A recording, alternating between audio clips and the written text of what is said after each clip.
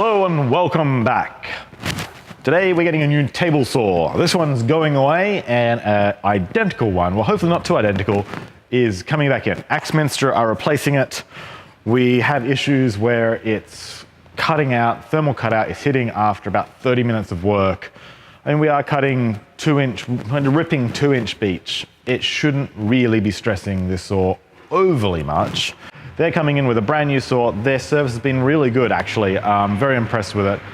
Their equipment I'm not so impressed with, but their service has been fantastic. So they're bringing in a new saw, just swap it over, no questions asked, no take it away and repair it and bring it back, just swapped and done. So I think that is really fantastic on their behalf to do that. Record power on the other hand with our planer, not the same story. They want to take away for more than a week and we lose all that production time. So we're gonna be working around that.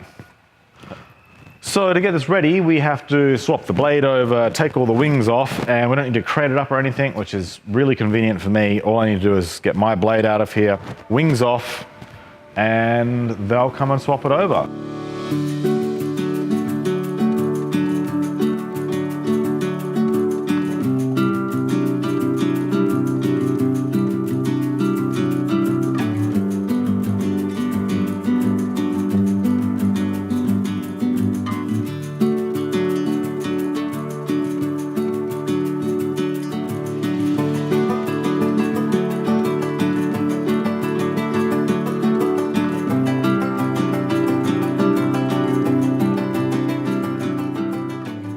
Before I get too much further along with unpacking this, I'm going to throw some super lube grease onto the main lead screw for angle adjustment and also throw some on the gears for the height adjustment.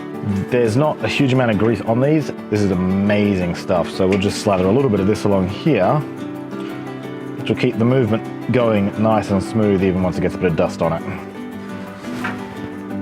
So you can already tell it's a better built machine. The belt tension is actually correct on this one.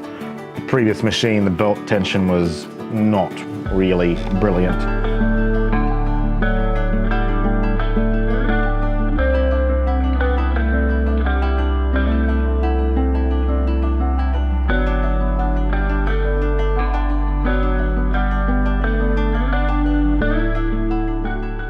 So today has turned into another day and we're getting these wings leveled now. So I've got my Veritas straight edge on here. And we need to get these bent sheet metal wings as good as possible. They're not made the best. Cast iron's obviously vastly superior. I can see that here we're high, so this corner here is high, but this side here is significantly lower and there's no adjustment to raise this side up. So I'll just have to get this flat over here and then it will droop off. So I said that this isn't really ideal how this front right corner is lower, but now across this center part here, this is actually doming up like this because we've got relatively flat across the table. Not that the cast iron's particularly well ground either, but we've got a lower here, much lower there, and touching here. Now that side extension is done as well as can be expected. Onto the back. The back does have some adjustability, which obviously we're going to need here. We need to bring it up. And it does have at least adjustability of its tilt angle.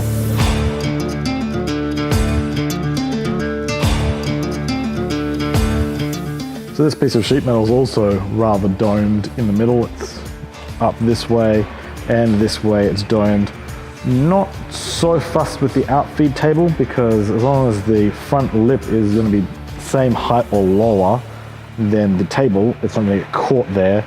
So a little bit of ramp effect isn't too bad here, but again, you know, cast iron can't be that much more expensive. Let's say that's the table saw almost done. We just need to shim up the insert now. So we've got to get the insert shimmed up.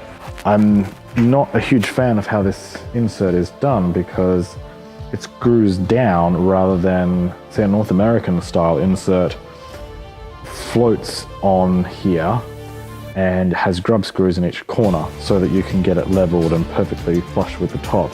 Here you're going to have to shim it because it always sits low.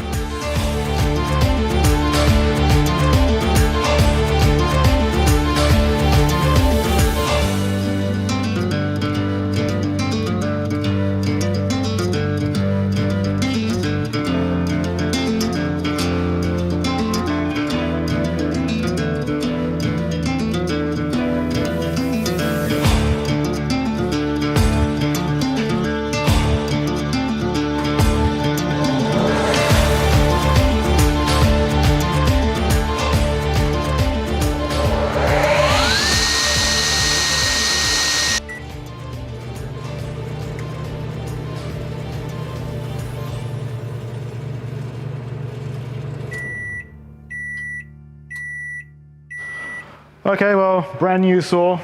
This is the first cuts it's made with a brand new blade. Well, brand new sharpened blade. That's how much we got done. And it's hit its thermal cutout again. So it won't turn on. 20 minutes of runtime. This is meant to be a trade saw. I expect more than 20 minutes of runtime out of a trade saw. So I think most business would be interested in running a saw for more than 20 minutes at a time. I'm not exactly pushing the saw hard, I was very much so pushing this through very slowly. And we're already hitting a thermal cutoff.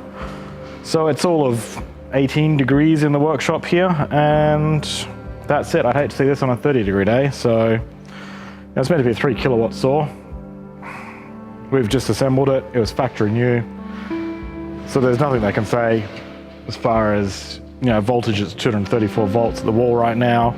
It's got good clean power. We're on a site with 20,000 amps or so coming in. The power plant's just down the road. We've got a 315 millimeter blade on there, 28 tooth, 315 millimeter blade. The original blade is 315 millimeter, but with less teeth, so it's not going to cut this beach up as easily. So yeah, this saw is really not brilliant. Now that this is overheated, it will stay overheated for the rest of the day. I can run this for about 5 minutes, an hour from here on out. Thanks for watching this disappointment of a table saw getting set up and run again. Leave a dislike.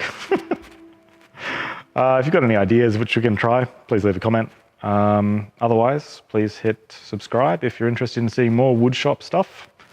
And have a fantastic day.